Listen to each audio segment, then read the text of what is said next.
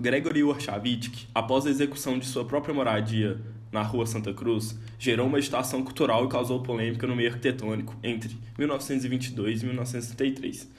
Posteriormente, ele explicou publicamente posições referenciadas na arquitetura racionalista de vanguarda da Europa.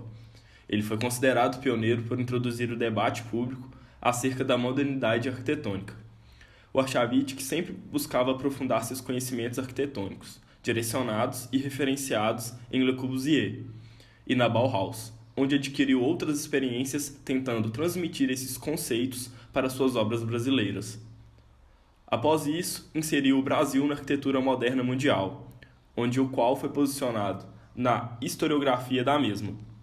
O engajamento político-ideológico do futurismo, o antirracionalismo, o antissubjetivismo e a eliminação do supérfluo nas plataformas dos programas do neoplasticismo holandês, do construtivismo russo, do purismo francês e da Bauhaus alemã, foram manifestos contrários à Arte Deco, a qual utilizou de palavras como funcionalismo, utilitarismo, estandardização para descrevê-lo. Após a Primeira Guerra Mundial, a sociedade estava instável, fazendo com que países como a França buscassem uma nova forma de arquitetura para obter a busca por prazeres efêmeros, e não por realizações duráveis. Com isso, a América do Norte foi influenciada e passou a multiplicar os artifícios decorativos propostos pela Europa, onde futuramente foi chamada de Arte Deco. Nos anos de 1910 a 1930, o Brasil chegou a sentir a modernização europeia Warchavchik, por ter sido o pioneiro, mas outras formas de modernidade se manifestaram no país, como cúbicas, futuristas, comunistas, judias, entre outras. No ano de 1922, na Semana de Arte Moderna, foi inaugurado o Cassino e Teatro Parque Balneário na cidade de Santos. O edifício filiava-se à arquitetura de Duster, o Erckband. Contudo, não tinha uma linguagem artística particular, mas por analogia, assemelhava-se à produção anteriores a 1920 de arquitetos ligados no movimento. A Companhia Construtora de Santos, fundada por Roberto Crane Simonsen, a qual construiu o Cassino e o Teatro, também construiu simultaneamente 26 quartéis de grande porte em 9 estados brasileiros. Simonsen foi um dos empresários que deu início para a industrialização no Brasil. Além disso, ele foi quem trouxe o Warchavchik para o país. A partir disso, percebemos que havia uma possível aliança entre a apologia da indústria na arquitetura racionalista europeia e a introdução de elementos inovadores na arquitetura mediante a modernização da construção civil no século XX.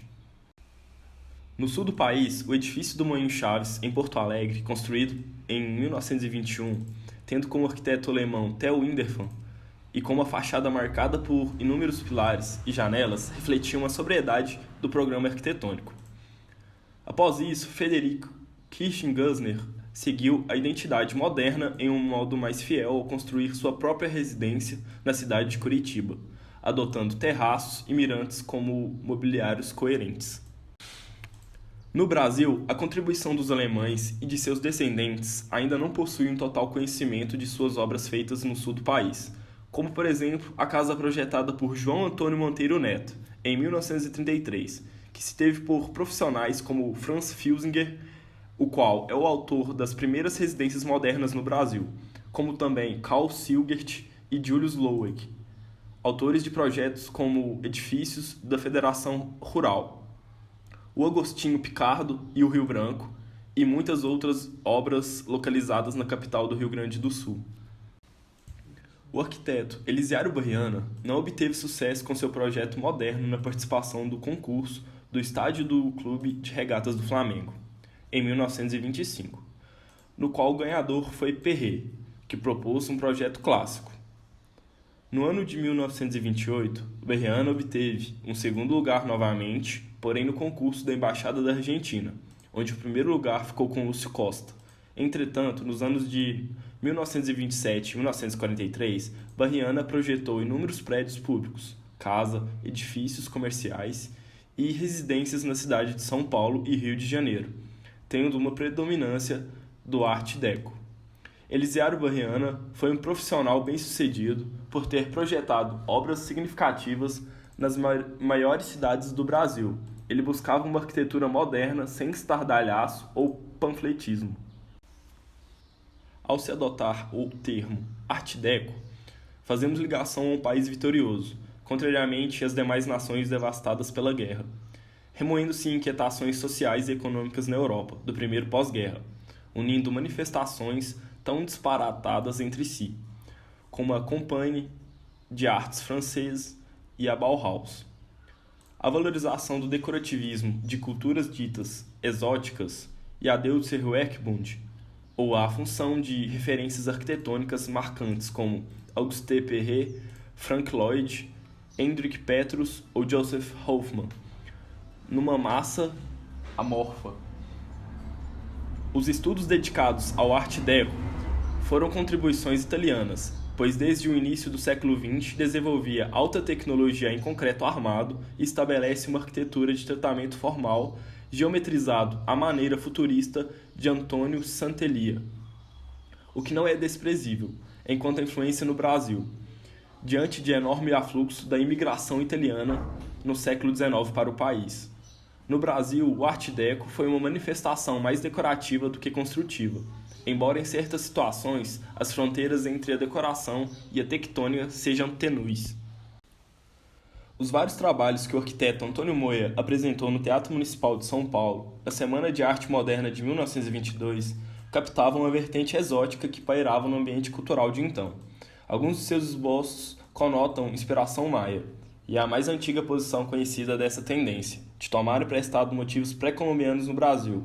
Antecedeu a proposta de Flávio de Carvalho para o concurso do Farol de Colombo em 1928, e foi o precursor de um formalismo que se seguiu ao esgotamento da voga neocolonial. No início da década de 30, o pintor Teodoro Braga preconizava uma saída por uma arte brasileira morando-se na experiência dos países latino-americanos que adotavam desenhos pré-hispânicos como ornamentação. Logo em seguida, em 1935, Francisque Gautier venceu o concurso para a sede do Ministério da Educação e Saúde, onde o governo encomendou outro projeto a Lúcio Costa.